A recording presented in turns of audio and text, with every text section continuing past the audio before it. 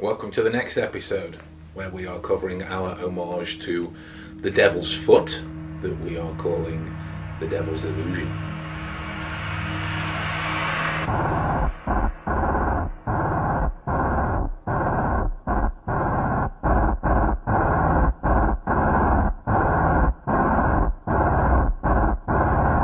We live in a more informed society. Try that again.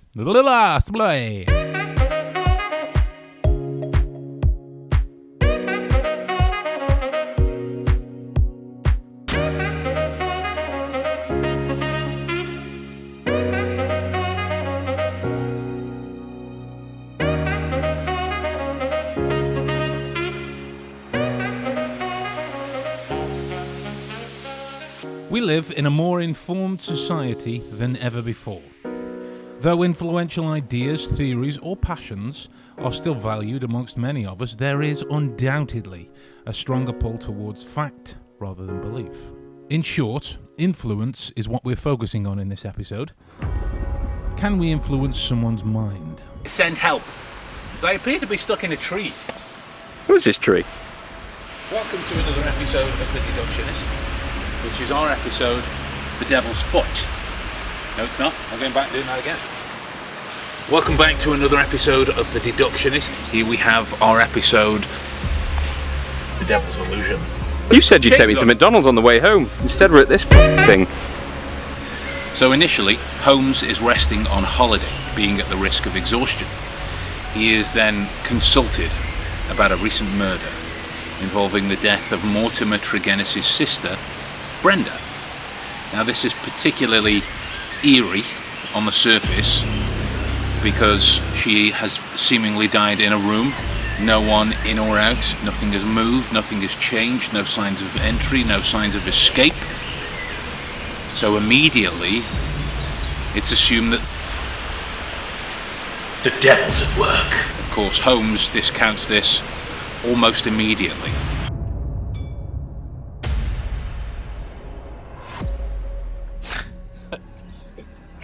Shall we just do it?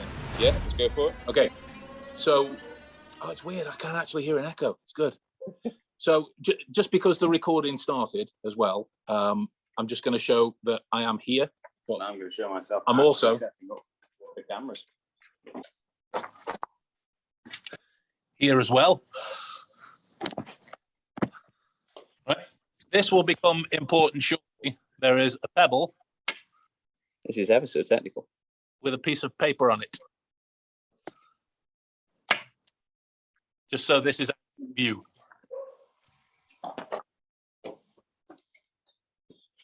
Okay, so the reason I asked you specifically to do this one is it's got a number of reasons to it, but it comes back to me and Adam doing our version of The Devil's Foot.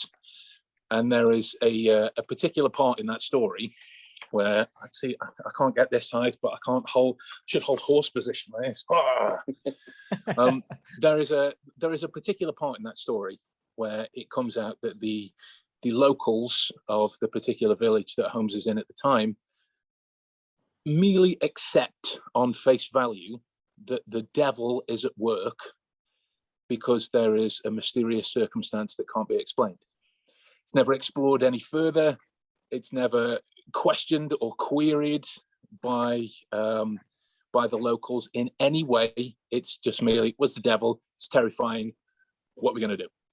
like it's irrefutable in that area. And it got me curious about whether people's opinions and beliefs on that kind of thing, whether they're intertwined with emotional reasoning, whether they're intertwined with beliefs or both or neither, and how that kind of works. So I thought to that end, I would show you a magic trick, essentially, because by the very nature of a magic trick, so everyone gets these out and immediately people's thoughts start to go, oh, it's a trick deck.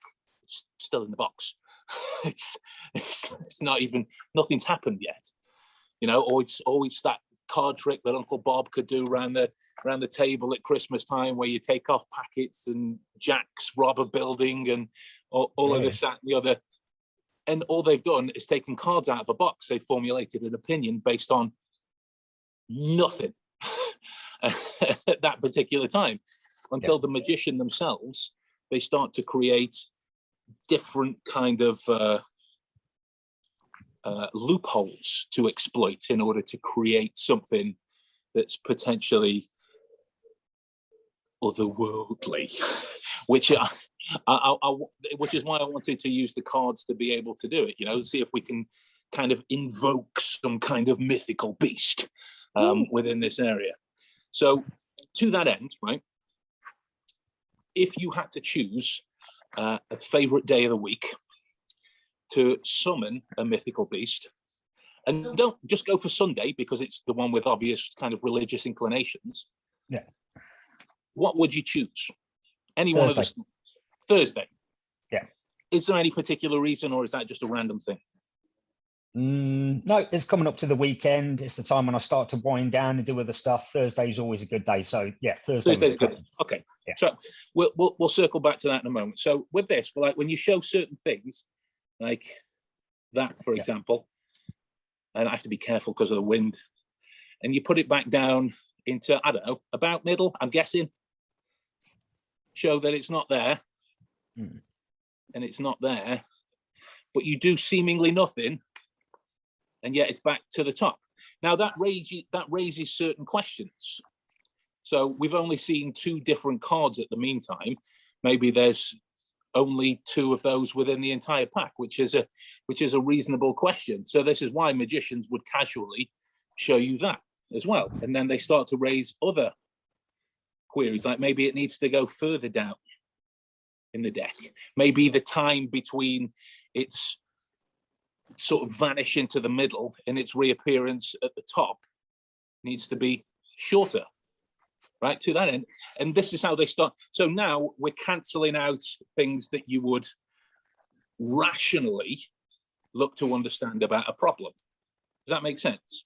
Yeah. So like, you might start to question the veracity of whether all of the cards come towards the deck, or if anything is played funny about it. So they would very often talk in this way and show it very obviously that it's not come anywhere near, it's gone back in the middle, and yet it's still on top, and you're left with I have a question, it can't be this. I have a question, it can't be this. I have a question, it can't be this. Which is why it bugged me that not so many people apply that kind of approach to something that's much more personal to them, like a belief. If you're invested in trying to find the truth of it, surely it is your job to question that, right? So if we circle back to your Thursday for a moment, in terms of your transitional period, as you called it, I'm trying to put it in the most mythical way possible. Yeah. From your rage beast of work down into relaxation, or whatever it was at the time.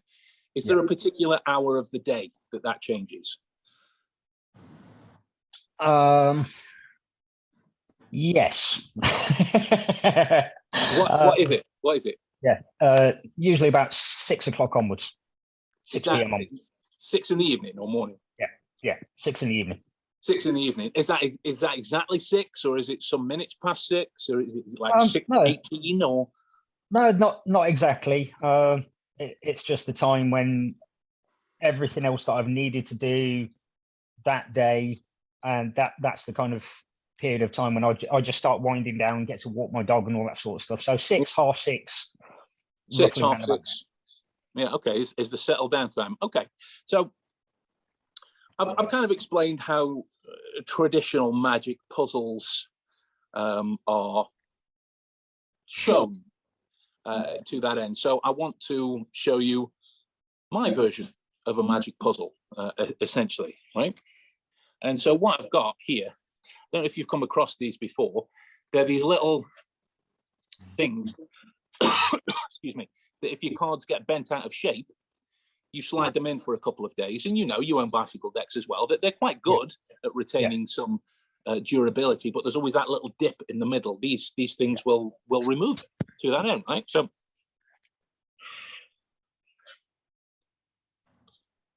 if I were to use this one,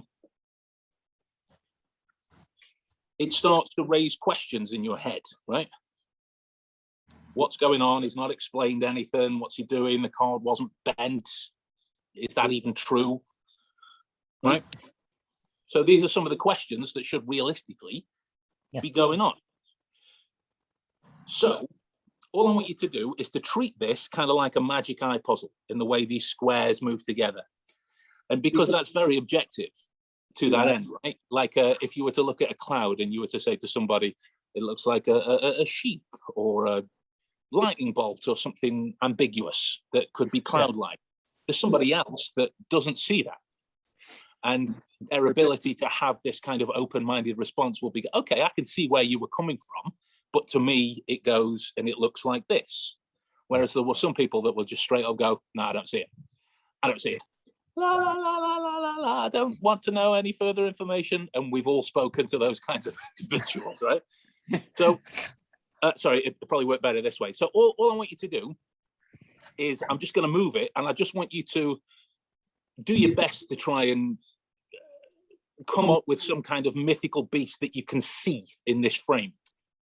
Might be a word, might be something else.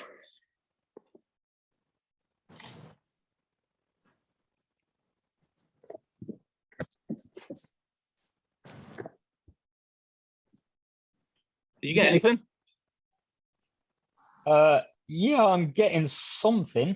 Right, it was actually a mixture of two, but well, okay. So, what were the two?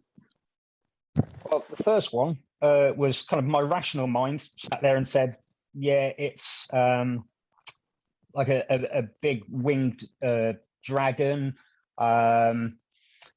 But then it went to like role-playing game sort of stuff that I used to do with my son. And it was almost like I don't know, it had tentacles and all sorts of things, like Cthulhu. Okay. What kind of role-playing games was this? Just all sorts of stuff like Warhammer and all that sort of stuff that my son used to play when he was growing up. Right. Because that's what I found about these kind of jaded squares. Like, you do it this way round and it's still red. You do it this way round and it's clearly the 5, right? Yeah. So if you add some kind of a block, then it's much cooler. But wait, I'm going to go over to the paper. One sec. Pink paper. Ooh. So I'm over here. I'm over here. Teleporting. I find it weird that you mentioned all of the tentacles.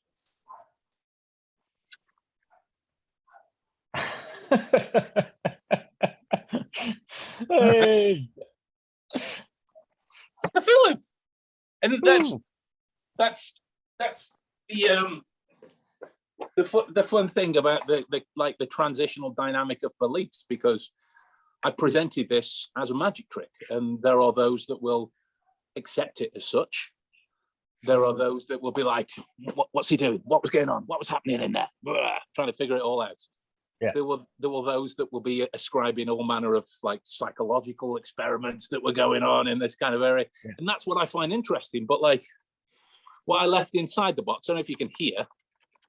Yeah.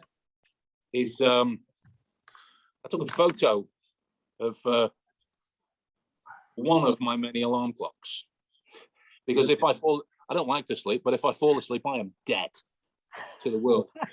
And this kind of transitional period, I thought was might be interesting. So, oh, well done, sir. That's at 6:30 on a Thursday. There you go. And we got that. Oh, it turns out that my camera is the card's been reformatted halfway through. that's half of that of that footage. But yeah, so you are left now in that position of, are you Sherlock Holmes or are you the villagers?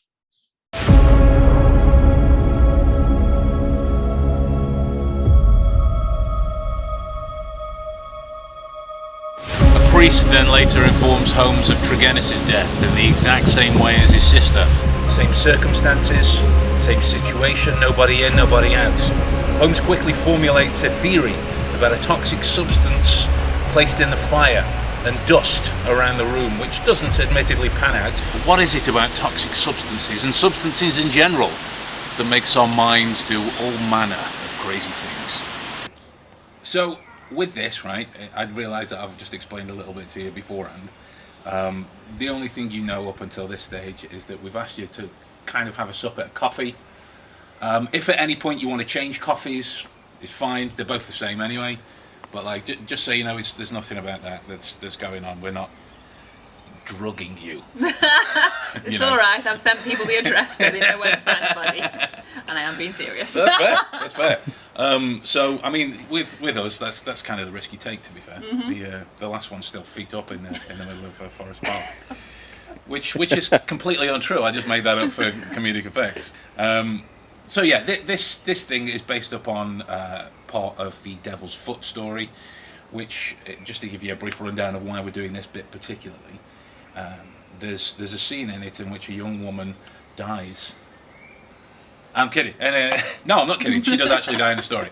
And then just because like most of the locals, they're quite sort of reclusive, quite religious within their community, they immediately jump to, it must have been the work of the devil.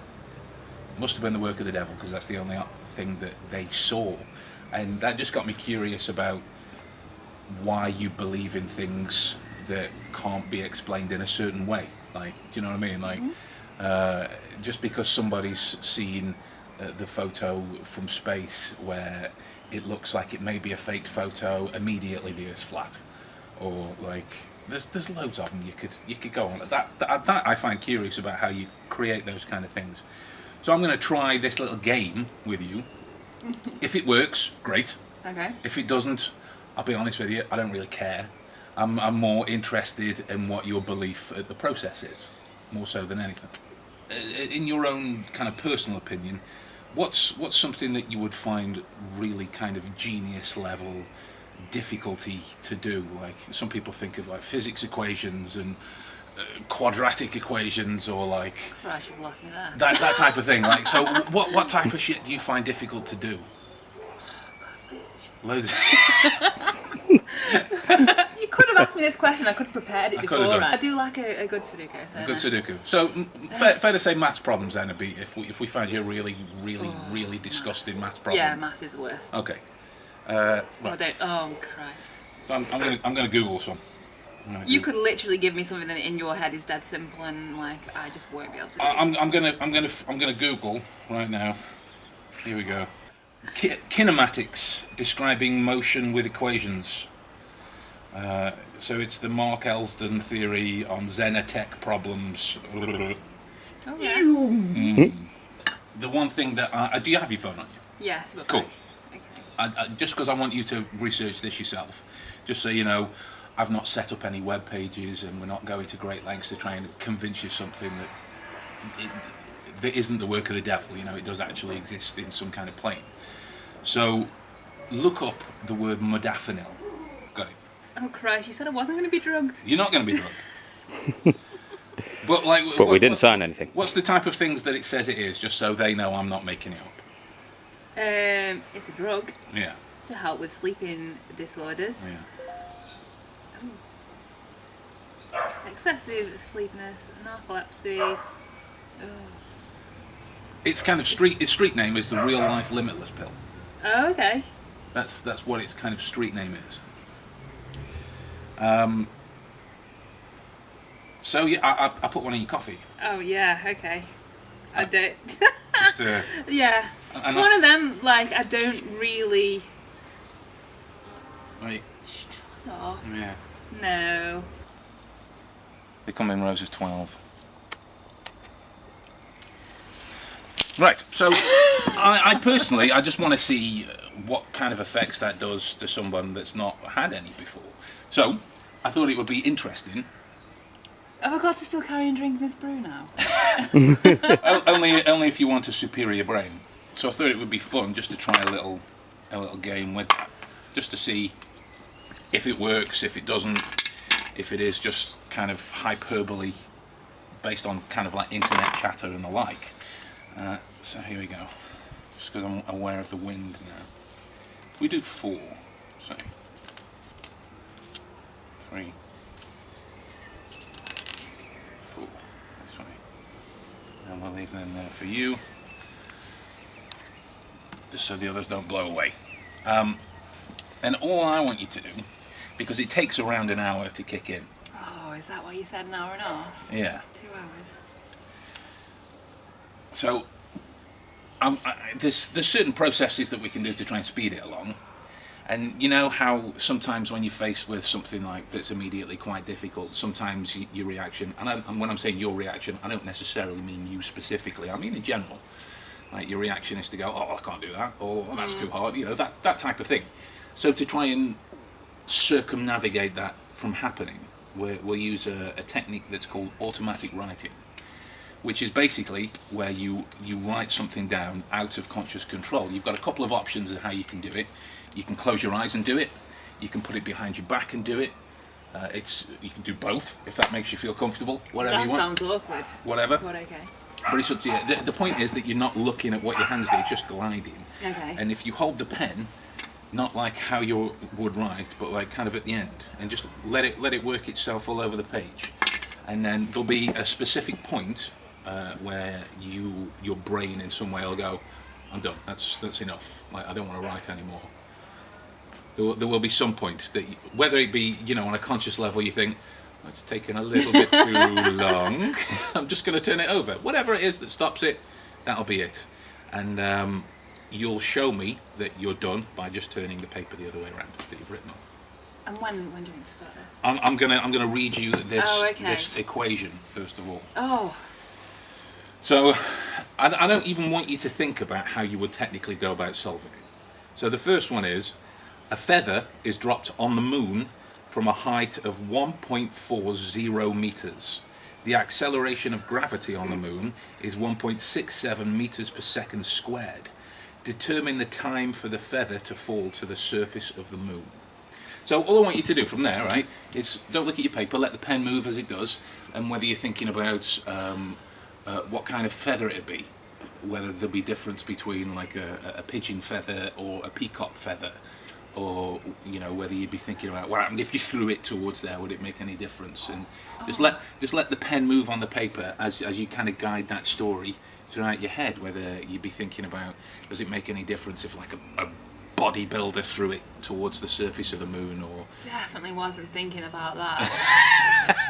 Why would it be a bodybuilder? I don't know, I'm just thinking external force. Why are you thinking of bodybuilders, Ben?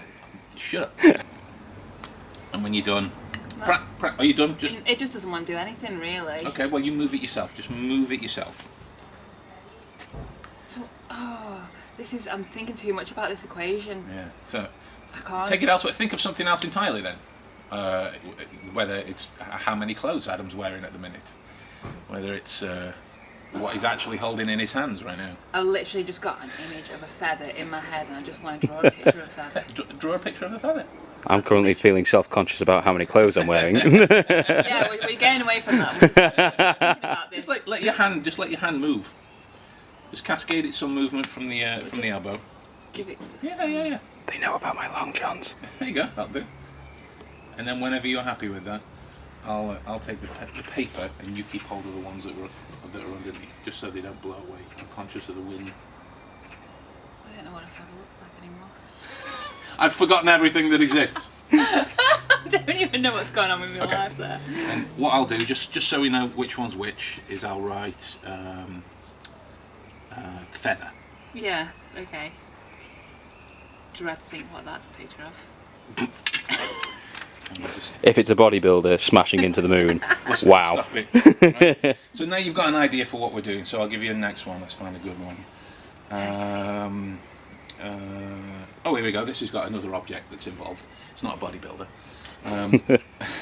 A bike accelerates uniformly from rest to a speed of 7.10 meters per second over a distance of 35.4 meters. Determine the acceleration of the bike.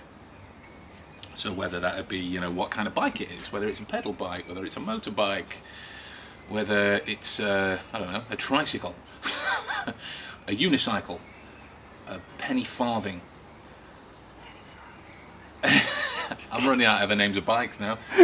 Whether it's one of those electric ones that you really can't be bothered to, or one of those sit-down ones that you get in Amsterdam. And I'm miming it. You've got your eyes closed. You can't see what I'm doing. One in Amsterdam, though. I've been to Amsterdam once. They look like normal bikes, but they've collapsed on themselves. Yeah. Like a ball bearing's come out and it's just gone, no, I'm an awful transformer. I'm just drawing pictures of the objects. I'm not thinking about these numbers because I can't do maths now. Cool. That's fine. I don't want you to be thinking about it. And then just in the same way, I might. Oh. I'm going to have this brew with these floaty bits in. Do it. It's fizzing on top. Yeah. Don't mind that. Okay, here we go. Let's get a different one. That's not a good one. A car travelling at 22.4 meters per second Oh my gosh. skids to a stop in 2.55 seconds. Determine the skidding distance of the car. And it also says you can assume uniform acceleration, whatever that means.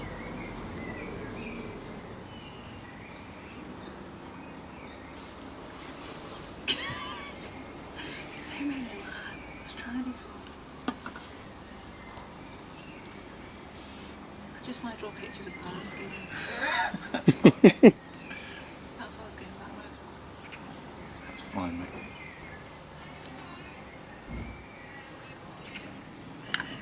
Cool. And then, so what was this one? It was a car.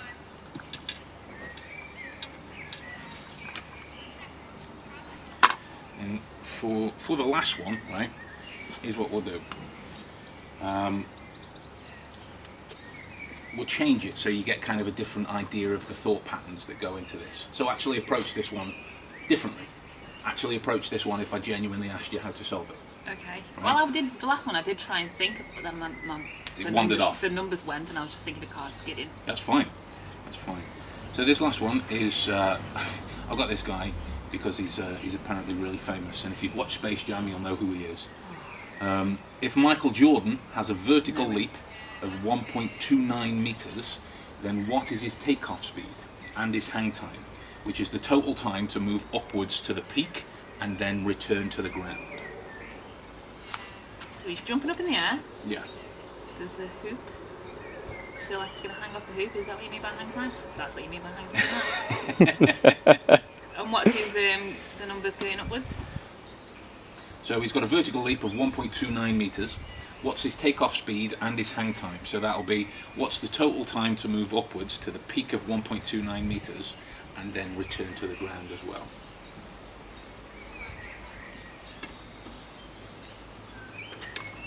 Got that one. Done? Yeah. Cool. And this was basketball. So the only reason I got you to do this last one differently is so you can kind of see the thought pattern change, right? There's a lot more. That's upside down. Oh, is it? Sorry. There's a lot more kind of input from that little voice in your head that kind of goes, oh, I can't do this, or I need to think about this, or perhaps tells you things about the situation that aren't 100% true, right? These from here, we'll do them in the order that we did it. So again, just so you can see. And if you want to check this out for yourself, it's on physicsclassroom.com. So let's have a look at the first one. So we got a feather is dropped on the moon from a height of 1.40 meters. The acceleration of gravity on the moon is 1.67 meters per second squared. Determine the time for the feather to fall to the surface of the moon. The answer is apparently 1.29 seconds. Oh, that was a lot longer than I thought it was. Let's have a look, see what you did. Didn't do a lot. I was trying to draw a feather because that's all I could. Is that a feather? Can I have a look? Oh God. Okay. So the next one. So a bike accelerates uniformly from rest to a speed of 7.10 meters per second over a distance of 35.4 meters. Determine the acceleration of the bike. 0.712 meters per second, I presume that means. Second what? Like, I don't know, but yeah.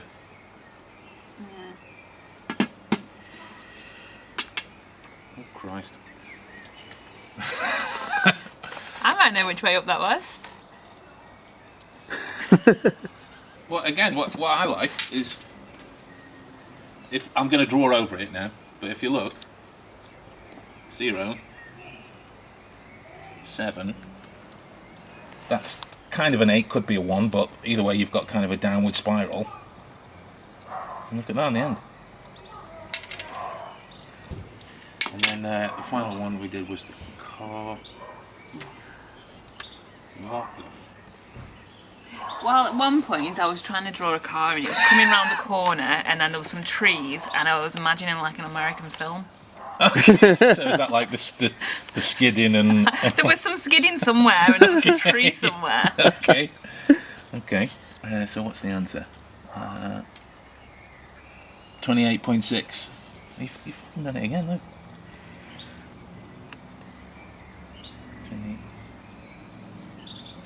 28.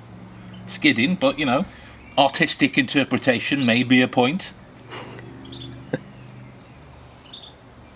6. I feel like you guys are dodgy. Run, man! Run! She knows too much. Wow. Like, you've still got numbers in here. What was the actual answer? This was the basketball one. 5.013 meters per second and hang time is 1.03. Christ. No. I can't even see anything in that. Maybe that looks a little bit like a 0. That's like a 2 or a 7. See? 1.0. Yeah. That was like 2.7 seconds, I think. 2.7 seconds. Not even kind of close. That's got a 1 element and a 0 element, but I think we're reaching a bit with that one. Yeah, this is why I'm just not sure on you guys. Well, no, it's that's the thing. Like, so why do you believe you got to apologise? Why do you believe, like, we had no idea what the outcome was going to be, and that's the point. So in the face of the evidence, you've come to a belief on the topic, and you're going to tell stories about the kind of situation that was it. It might be that, you know, you got drugged and you did some impossible maths. It might be that you saw a magic trick. It might be, I don't know. As long as none of those are in court, it's like might it's be all whatever right. story you tell. But that's the interesting thing to me, is how different people create those kind of stories for themselves. Is it to provide a comfort? Is it to provide a way of cementing beliefs that they already have? What is it, you know? And that's what I find interesting. I was quite curious to see what your answers were. I just feel like, because I had my eyes closed, that you guys could have been doing anything, and I should have realised as soon as I closed my eyes that anything could have been happening in this garden. Well, And how technically, I've got it from 2 angles, so you can watch the footage back. You can come out now. She knows too much.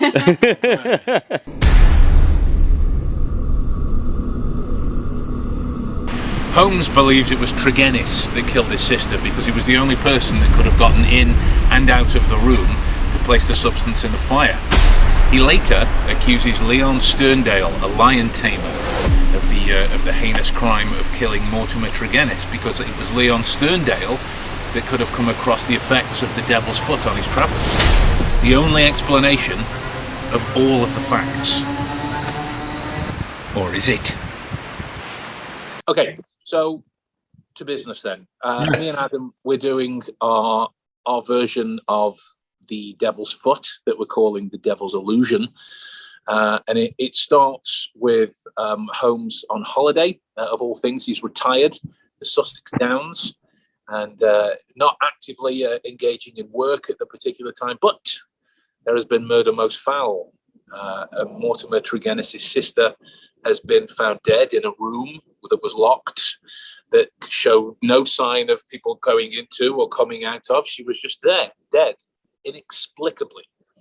So immediately all of the local villagers go, "Oh, it was the devil did it, that's it, end of, done." Logical. Exactly, which of course enrages Holmes, and he comes out of retirement just to try and see them all right again and say, no, it was actually this. So I thought it would be fun to have a look at this kind of field, just to explore the possibility for how people make their own beliefs within this area, right? Mm-hmm. So as I'm on the iPad, you know what I'll do first of all, actually, you'll see that we've got the other camera over there. Yeah. And this is the kind of time it takes. So I'm here now. Now I'm here. Like some sort of wizard.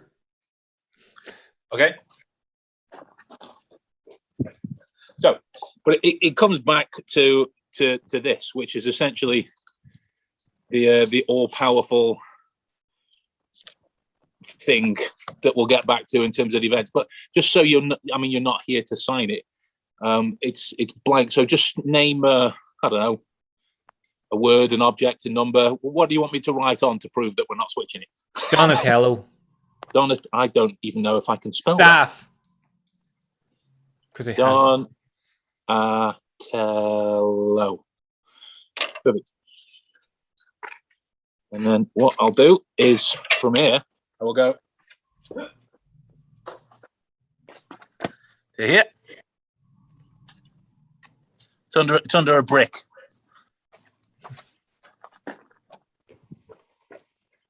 So let me show you what we've got. I've got a series of supposedly haunted items. And let me see if I can turn the camera around on this MFer. So they are these. We've got a hip flask, a rabbit's foot, a perfume decanter, and a tiger of sorts, I think. Yes. I'm not 100% sure. Oops. Turn this back around. Perfect. So I'm going to tell you a little bit about some of the stories that go along with this.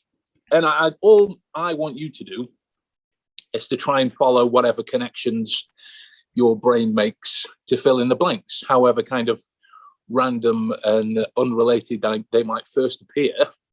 It works in a similar vein to some deductions that we would make without conscious reference to the connecting dots that get us there. It's like looking at a person and knowing they're a chef rather than being able to put together the actual markers that get us there.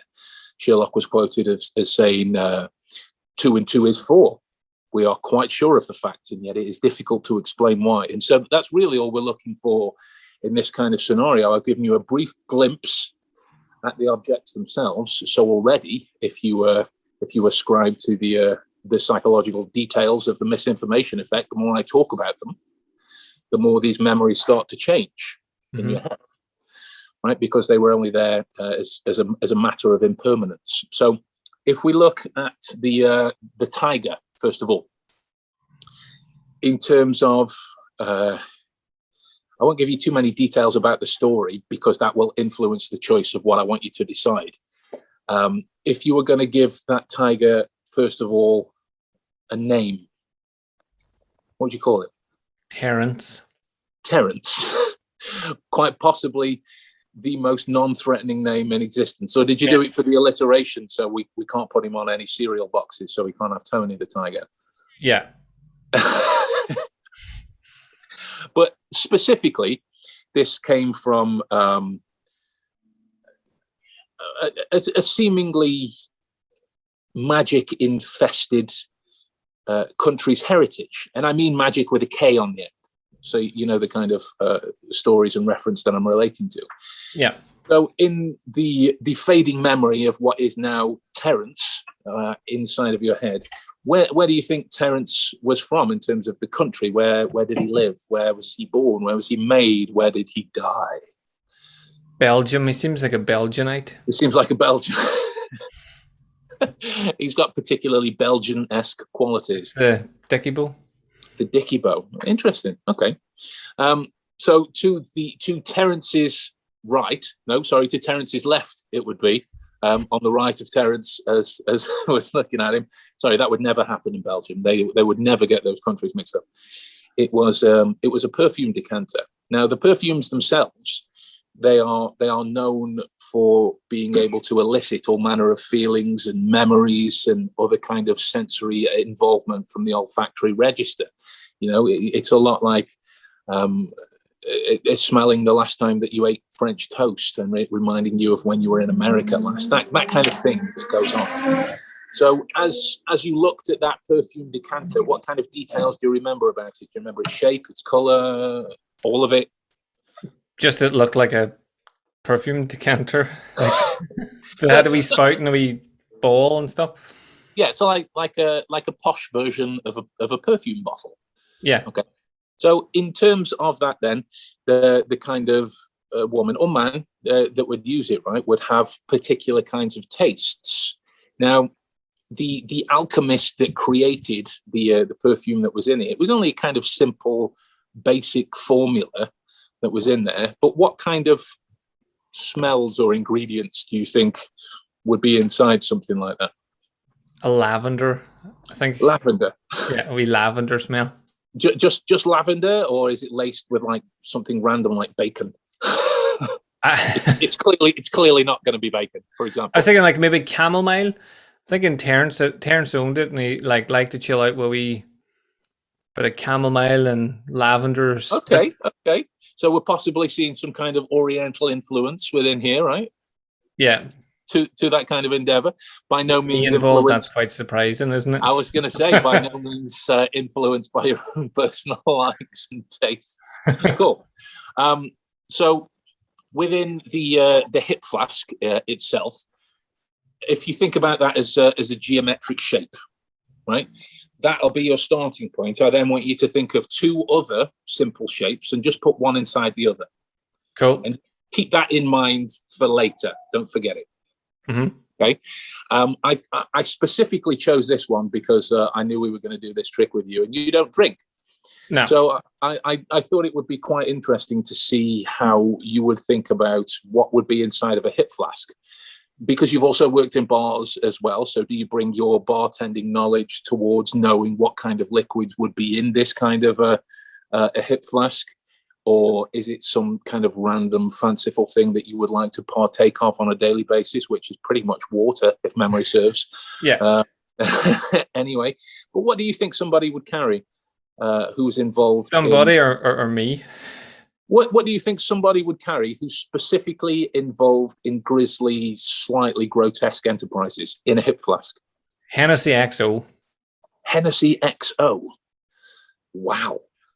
I don't think I've even tried that in my life. I've just noticed as well that I've got a shimmering grey hair. It's just catching my attention.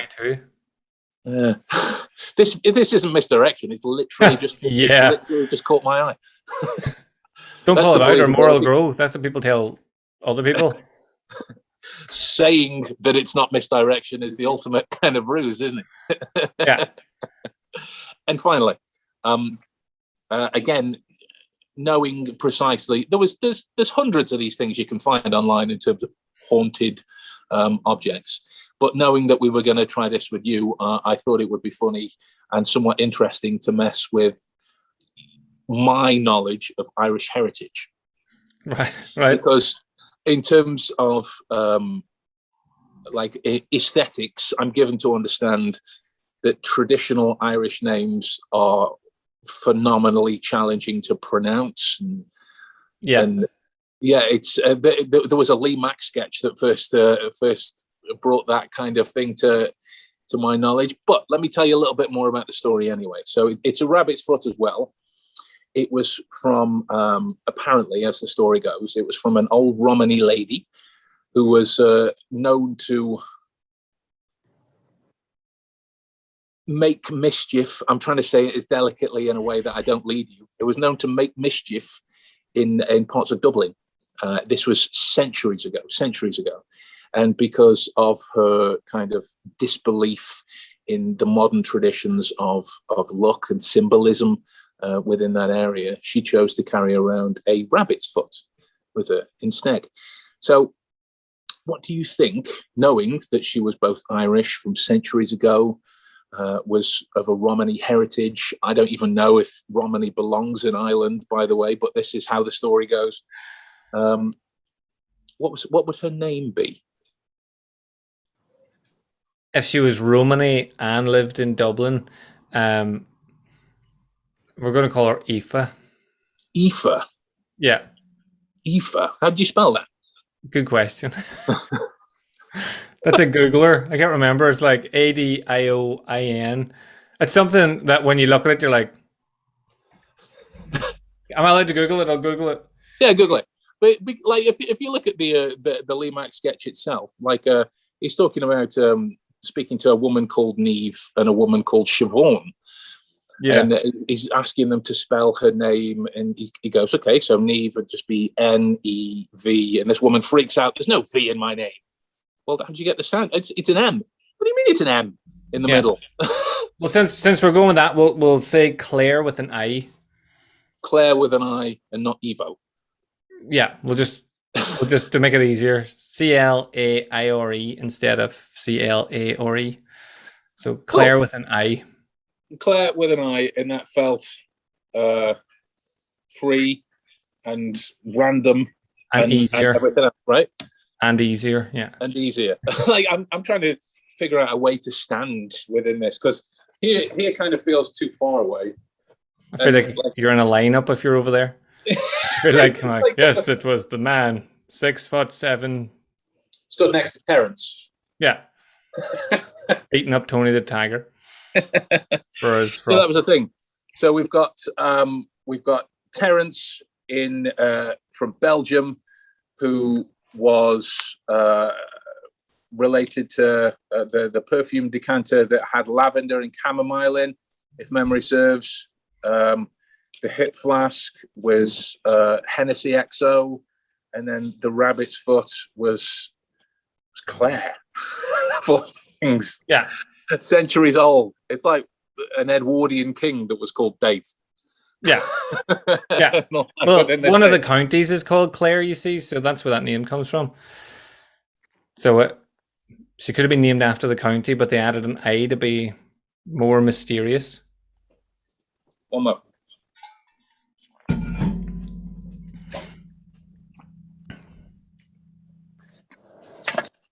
Oh, this is meta. Like Inception now. Film within a film. What we've got here is the answers. And what I'll do is I'll pick this up and I'll turn the camera around. I'll read it to you. It was about a tiger called Terence, who was purchased in Belgium from the attic of an abandoned orphanage. That's the basics of Terence. The decanter that once contained lavender and chamomile, but turned out into saliva. Nice. Once the owner had passed away. The hip flask, once filled with Hennessy XO, found in the belongings of a long dead serial murderer. Rabbit's foot, found in the possession of a gypsy called Claire, which is I'm a genius. You are a genius. I'm a genius. Which means you're left with. Oh, I can't go any closer than that. The static will the static will away. But you're left with this kind of opinion. In terms of that, you're left with immediately ascribing some kind of deception immediately ascribing some kind of trickery and the like, or you're left with questioning possible levels of alternative things that go on. Well, how you choose to believe what happened will ultimately shape the story that you tell about any feelings that you had towards this or your experience of taking part in this demonstration. But one thing I just want to, I'll leave you facing the sky here for a moment because it's beautiful. Nice. You look like some sort of god giant.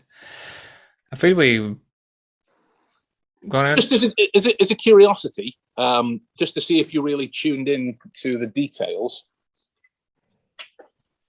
There is something inscribed on the bottle itself. What kind of shapes did you come up with? I came up with a triangle with a circle inside it. A triangle with a circle inside it. Yeah. Ooh. That's cool. Yeah. But I actually forgot there was a canter because all the other things were the things that I said. I feel you just quickly overlooked the fact that all the words I said were wrote down on the page. I felt like I was like, yeah, I meant to do that. And then I'm like, wait a minute. Whenever you left me to the sky, I was like, I didn't know what? So I'm a genius. I'm a genius now. You are capable of inhabiting the oh no, there's evil terrorist people about to get involved. I have to do something funny. Bear with me.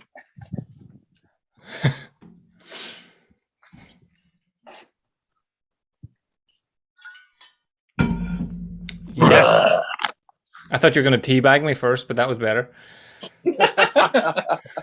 Right, dude. That's it. Thank you very much for letting me be a part of that. Thank you very much for tuning in. I do appreciate it.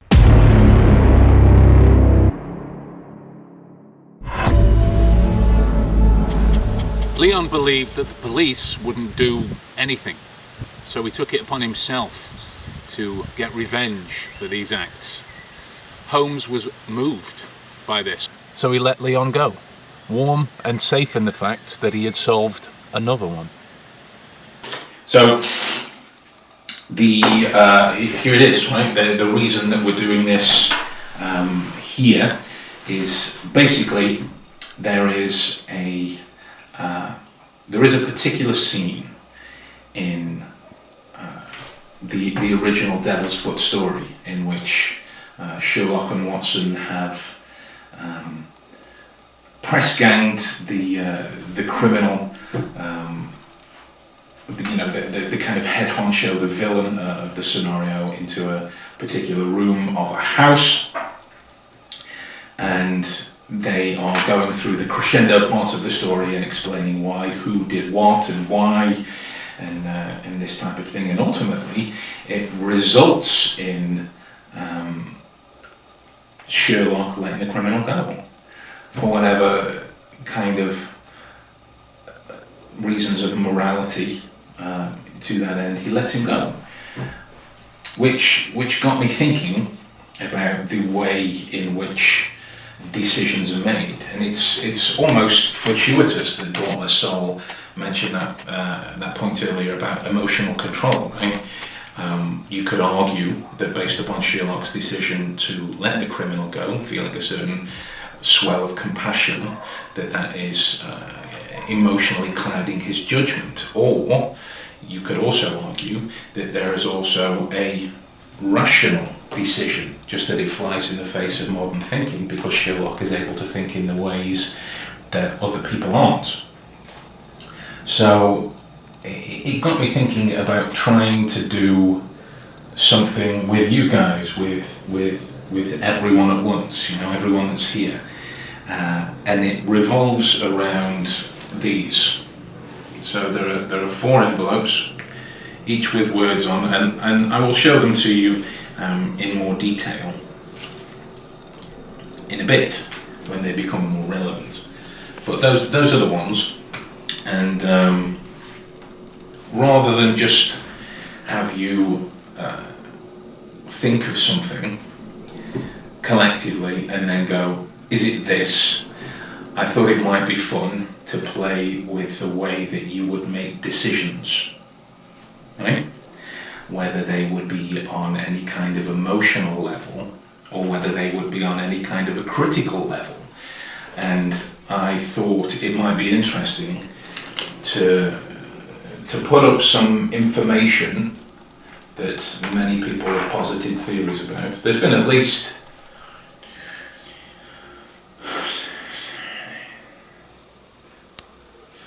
two people that have sent questions about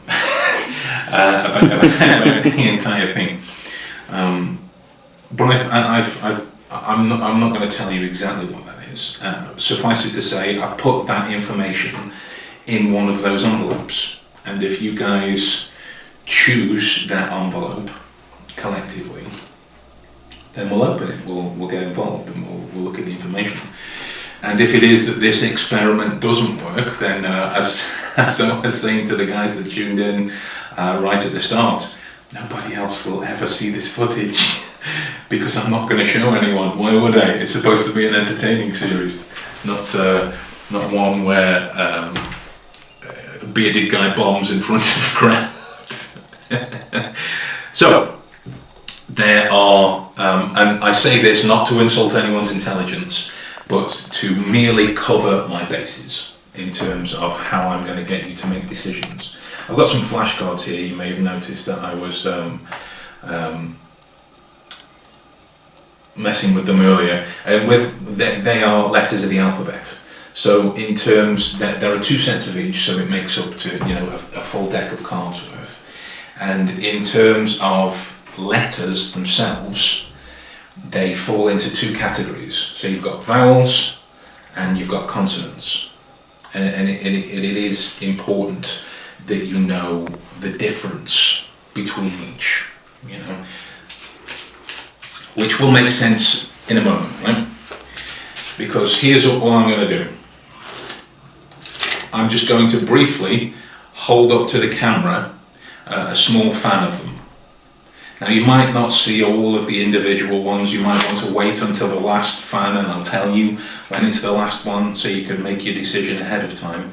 But I want you to just think of one of the letters that you see. That's all. Think of one of the letters that you see. Okay? Fair?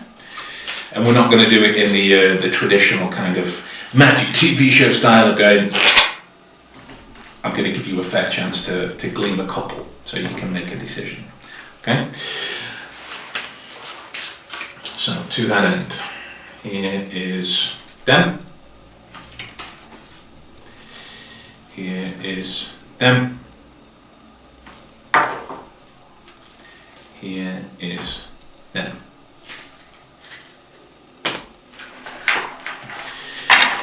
Right?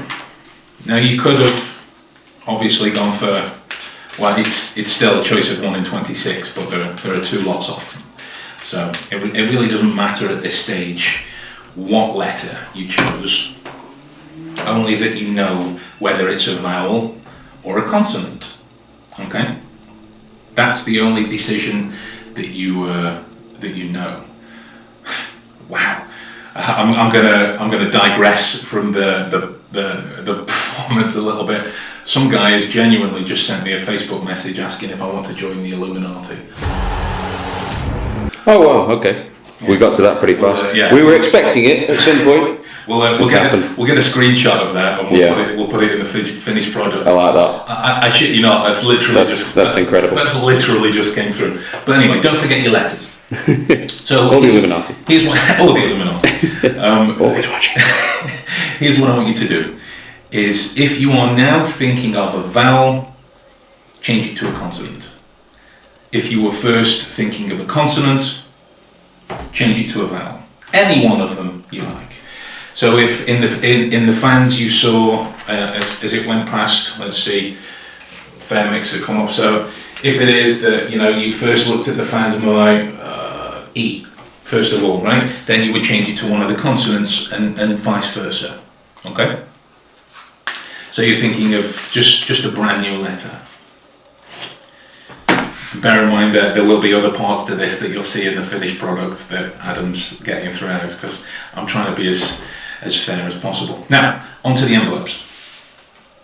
So, with these envelopes, there will be words, colours, animals on here, and we've made initially a fairly, I think, analytical decision. I struggle to think of many people that would have like an emotional kind of, unless you've got synesthesia, an emotional kind of connection to what letters are consonants and what letters are vowels. It's kind of made at a base, okay? So here's all I want you to do. I'm going to show you each envelope in turn, and just choose one of the animals that starts with the letter that you are now thinking of after that decision. Okay, and I will go through them all, try and get you to a point where you can see them all. So there's this one, and just for the sake of my writing, I will I'll read them to you. So on envelope number 1, there is an elephant, an octopus, a unicorn, an eel. The other things we've got on here are an orange, ink, and the name Andrew. They're not really animals. So any one of those, if that matches you. On here we've got a tiger, dog, fish, a croc.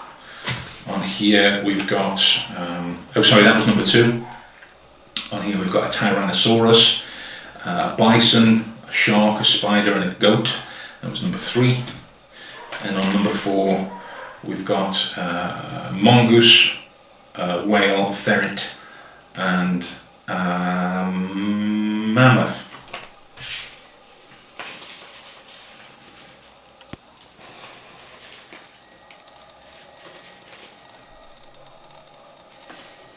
Oh, it was backwards. Okay. So you will have now chosen an envelope that corresponds to an animal that started at a choice, that led from a flashcard, that ended on a number. So let's say, for example, you were thinking of a ferret at the end, then you would have the number 4. If you were thinking of an octopus at the end, then you would have the number 1. If you were thinking of a dog at the end, that's what I would end up on, you would be thinking of a number 2. And if you were thinking of a goat on here, you would be thinking of the number 3. Okay. So all I want you to do is, just in the comments, whenever you're ready, take as long as you need. Just post the number of the one that you ended up with, and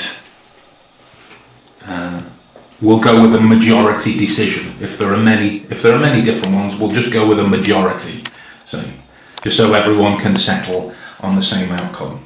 And this will be the part in the episode that we either have to speed this on, or we might do some kind of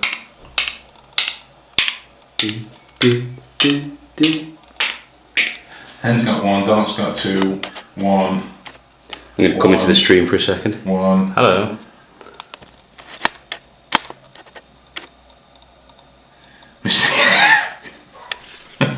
Oh.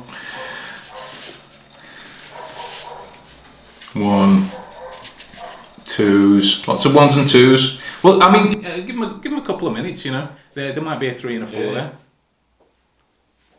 Another 1, 2. See, I like this as well, because if you look at the animals on number 1 and number 2, we've got like on number 1 there is a unicorn, there is an eel, there is an aardvark, and on number 2 you've got slightly more conventional animals. There's a dog, there's a fish on there. This is interesting, at least for me.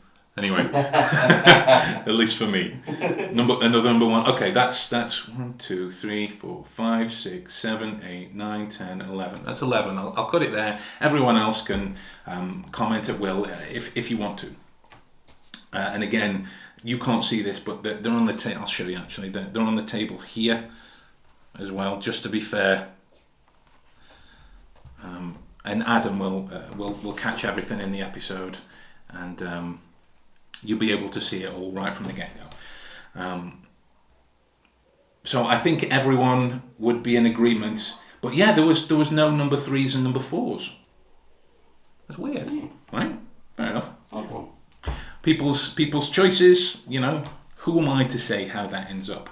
But I think you guys will agree in the comments that the most popular number is the number 1. Right? Of the 11 that were mentioned, there's 1, 2, there's 3 number 2s.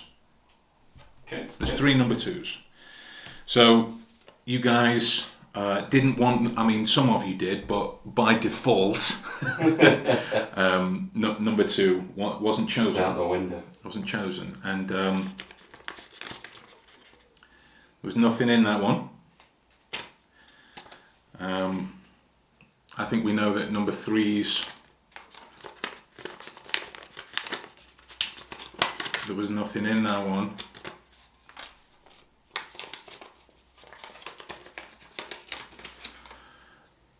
Number 4s, there was nothing in that one. You guys chose number 1. And oh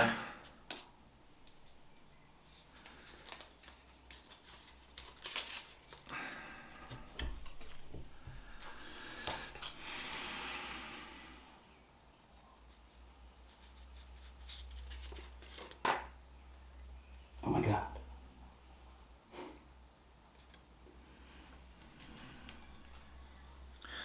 Are you seriously giving it away?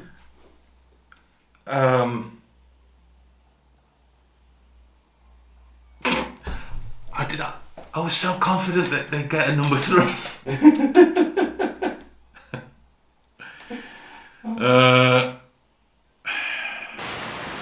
That's it. You can stop it.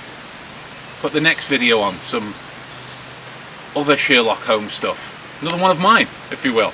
But this one's done. Thank you very much for watching another episode of The Deductionist. Stay tuned till next time, where we bring you the last deduction. Ben? Yeah? While you're still there? Yeah. Can you tell us how exactly you survived the cliff fall at the end of episode 6? Come in, Clive. A little bit. So, when you get inside a coffin, right, all you need to do is...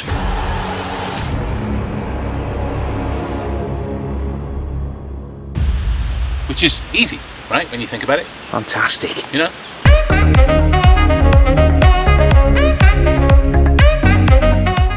Holiday. Being at the wrist.